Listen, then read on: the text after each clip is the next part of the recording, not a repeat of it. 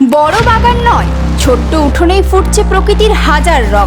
বাঁকুড়ার গঙ্গাজল ঘাটের নিধিরামপুর গ্রামের দীপক চক্রবর্তীর বাড়ির উঠোনে এখন যেন পদ্মের মেলা। হরেক রঙের পদ্ম আর সবুজের সমাহারে ছোট্ট জায়গাটায় হয়ে উঠেছে এক টুকরো স্বর্গ।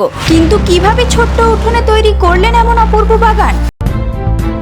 নমস্কার বন্ধুরা, আপনারা দেখছেন voice of Bankura, presented by new Gautam imitation ও কসমেটিক্স। এখানে পাওয়া যায় শ্রীহরি গোল্ড প্লেটেড জুয়েলারি। বাঁকুড়ার গঙ্গাজল ঘাটি ব্লকের নিধিরামপুর গ্রামের বাসিন্দা দীপক চক্রবর্তী পেশায় স্থানীয় একটি বেসরকারি সিমেন্ট কারখানার কর্মী হলেও গাছপালা আর প্রকৃতির প্রতি ভালোবাসায় তার অন্যতম নেশা। বাড়ির পরিসর খুব বেশি বড় নয়, কিন্তু সেই ছোট্ট জায়গাকেই নিজের ভালোবাসা আর যত্ন দিয়ে সাজিয়ে তুলেছেন দীপকবাবু। উঠোনের একাংশে তৈরি করেছেন ছোট ছোট জলাধার, আর সেখানেই চাষ করেছেন বিভিন্ন প্রজাতির পদ্ম। একটির পর একটি রঙিন পদ্ম ফুটে উঠতেই বদলে গিয়েছে গোটা উঠোনের চেহারা। কোথাও গোলাপি, কোথাও অন্য রঙের পদ্ম। সব মিলিয়ে দীপকবাবুর বাড়ির উঠোন এখন যেন প্রকৃতির এক ছোট্ট ক্যানভাস।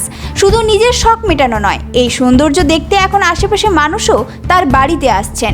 অনেকেই পদ্ম চাষ সম্পর্কে জানতে আগ্রহ দেখাচ্ছেন। আমি একজন প্রকৃতি প্রেমী, আমার বরাবর এই গাছপালা এই সকলের প্রতি খুব নেশা। তাই আমি এই নেশার জন্য একটি পদ্ম গাছ, হাইব্রিড প্রোডাক্টের গাছগুলি চাষ করি আমার শখে। কত রকম রয়েছে? আমার 9-10 রকমের আছে পদ্ম, শালুক আছে 2 রকমের, আর জল গোলাপ আছে 1 রকমের, জলচর গাছ, এগুলো সব। এই চাষের পদ্ধতিটা কি রয়েছে? পদ্ধতিটা পাক জোগাড় করতে হয়, পচা গোবর দিতে হয় পুরনো, সাথে কিছু কিছু খাবারও দিতে হয়, সার। সময় 1.5-2 মাসের পরে ফুল দেয়। আগামী দিনে আর কি পরিকল্পনা রয়েছে? আরো খুব বড় করে করার ইচ্ছা আছে, তো যদি সরকারি সহযোগিতা পায় আরো ভালো হয়।